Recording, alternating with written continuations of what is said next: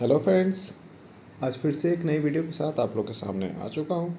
यह continued fractions का part 3 video है। इससे पहले मैंने पार्ट 1, पार्ट 2 बना रखा है। जिन्होंने नहीं देखा है उसे ज़रूर जाकर देखें। चलिए, तो इस वीडियो में हम लोग कुछ नए क्वेश्चंस को करेंगे और जो कि काफ़ी महत्वपूर्ण क्वेश्चन होगा और काफ़ी ज़्यादा एग्ज़ाम में पूछा भी जाता है। तो चलिए शुरू करते हैं। तो पहले की ही तरह हम लोग मेथड यूज़ करेंगे। जैसा कि आप देख रहे हैं, जो नीचे में आपका फ्रैक्शन दे रखा है 4/5, इसे फ्रैक्शन एक रेशियो के फॉर्म में लिख देनी है आपको।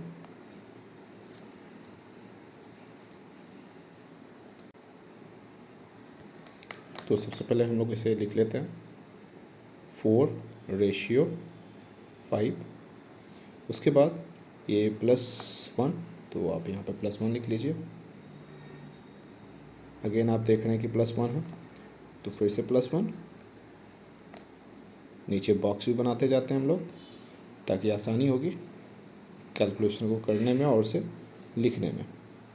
अगेन आप देख रहे हैं एक और +1 है, उसे भी आप लिख लीजिए और नीचे बॉक्स बना लीजिए। अब क्या करना है आपको, तो अब नेक्स्ट क्या प्रोसीजर होता है जो आपका इस वाले क्वेश्चन में है, वो है 3। तो इस 3 से क्या करना होगा आपको, इस वाले में डिवीज़न देना पड़ेगा आपको। ठीक है, ठीक उसी तरह से जो ऊपर वाला 2 है उसे नेक्स्ट वाले के साथ डिवाइड करनी है आपको। ये मैंने आपको एक ट्रिक को जनरेट कर दिया है। चलिए अब हम लोग इसे सिंप्लीफाई करते हैं। तो सिंप्लीफाई करने का प्रोसीजर वही है जैसा कि +1 है, इस मीन्स आपको 5 और 4 को ऐड करना है। ऐड करेंगे तो कितना हो जाएगा 9, और उस 9 को यहाँ पे लिख डालना है। और 9 को अगर 3 से डिवाइड करेंगे तो कितना हो जाएगा 3 आएगा।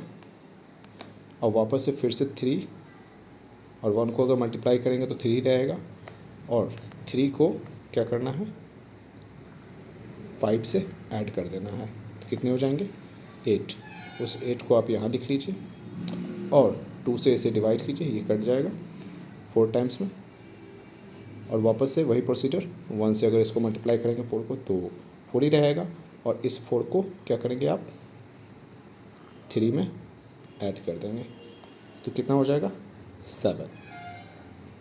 ठीक है, अब लास्ट का 2 फ्रैक्शंस को आपको कंसीडर करना है। तो लास्ट का 2 फ्रैक्शंस यही बच रहा है, इसे आप क्या करेंगे फ्रैक्शन के फॉर्म में लिख देंगे। और चूँकि और जाना किससे राइट से लेफ़्ट की डायरेक्शन में सेट करना है, तो आंसर हो जाएगा 7/4। यही क्या हो गया आपका आंसर हो गया। इसे ही आप यहाँ पर इस बॉक्स में लिख दीजिए 7/4, यही आपका आंसर हो गया। उम्मीद है समझ में आया होगा। चलिए अगला क्वेश्चन करते हैं। चलिए अगला क्वेश्चन आ चुका है। ये जो प्रश्न है, ये जो क्वेश्चन है काफ़ी टफ है, तो इसे थोड़ा सा ज़्यादा ध्यान से देखेंगे और सॉल्व करने की कोशिश करेंगे। तो पहले वाले की तरह ही प्रोसीजर रहेगा, प्रोसेस सेम ही रहेगा। तो 7 और रेशियो 5 लिख देना है। देन उसके बाद +1 है, तो आप ऊपर में +1 लिख लीजिए। देन +5,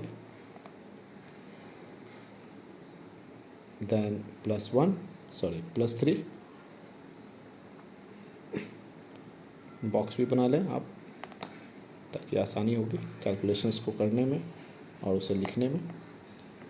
अब क्या करना है, अब हमें ये जो 3 है ना, इस 3 को डिवीज़न के फॉर्म में लिख दीजिए नीचे, और ये जो 5 है इसे इसके नीचे लिख दीजिए। ठीक है, चलिए अब कैलकुलेशंस करते हैं। कैलकुलेशंस करने का प्रोसीजर वही है, अगर 1 को 5 से मल्टीप्लाई करेंगे तो 5 ही रहेगा, और 5 को 7 में ऐड कर देंगे तो कितना हो जाएगा 12। इस 12 को यहाँ लिख दीजिए और इसे आप कैंसिल कर सकते हैं कितने टाइम में 4 टाइम्स में।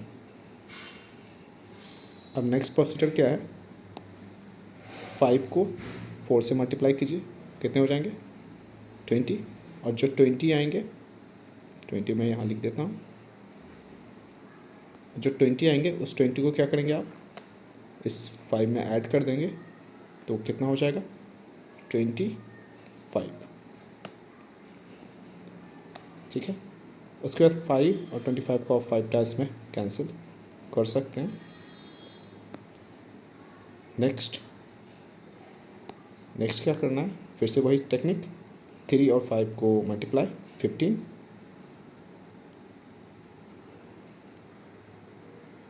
और इस 15 को इससे पहले जो नंबर है 4 उसमें ऐड कर दीजिए, कितने आ जाएंगे 19।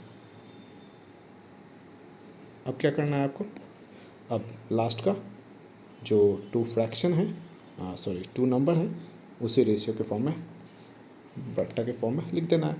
तो कितना आंसर हो गया 5, राइट से लेफ्ट के साइड में देखेंगे लिखेंगे, तो 19/5, यही आपका क्या हो गया आंसर हो गया। ऐसे ही आप यहाँ लिख दीजिए। उम्मीद है समझ में आया होगा। चलिए नेक्स्ट क्वेश्चन को करते हैं। चलिए नेक्स्ट क्वेश्चन आ चुका है आपके सामने, और ये जो क्वेश्चन है थोड़ा सा उसी की तरह होगा, सेम प्रोसीजर रहेगा, थोड़ा सा कैलकुलेशन ज़्यादा हो सकता है। तो सबसे पहले 1:10 लिख लेना है, उसके बाद +8 है तो आप यहाँ पे +8 लिख लीजिए, बॉक्स बना लेते हैं। देन अगेन आप देख रहे हैं कि +6 और अगेन क्या है आपका +15। चलिए, तो अब करना क्या है, ये थोड़ा सा कैलकुलेशन वाला है, तो अब करेंगे क्या, इसमें जो 8 दे रखा है आपको 8 और 10 को मल्टीप्लाई करना है, कितना हो जाएगा 80, और इस 80 को आपको ऐड करना है पहले वाले में, तो कितने हो जाएंगे 81। ठीक है, नेक्स्ट उसी तरह 6 और 81 को आप मल्टीप्लाई कर दीजिए, तो अगर 81 और 6 को मल्टीप्लाई करेंगे तो कितना हो जाएगा 486, और इस 486 को ऐड कर देना है किसमें 10 में, तो कितने हो जाएंगे 496। करेक्ट है। देन नेक्स्ट उसी तरह से आप करेंगे, 15 को 496 से मल्टीप्लाई, अगर आप मल्टीप्लाई करेंगे तो कितना हो जाएगा, ये लगभग आपका आ जाएगा 7440, और इस 7440 को क्या करेंगे, इससे पहले जो 81 है उसमें ऐड कर देंगे, तो कितना आ जाएगा ऐड कर लेते हैं, तो ये हो जाएंगे आपको 1, 12 का 2, ये 5 और 7, ठीक है 7521। अब हो चुका है ये। अब जैसा कि हम लोग जानते हैं कि लास्ट का 2 फ्रैक्शंस को हमें 2 नंबर्स को हमें फ्रैक्शन के फॉर्म में लिखना है, वो भी राइट से लेफ्ट के डायरेक्शन में। तो चलिए, तो हम लोग लिख देते हैं 7521/496, यही क्या हो गया आपका आंसर हो गया।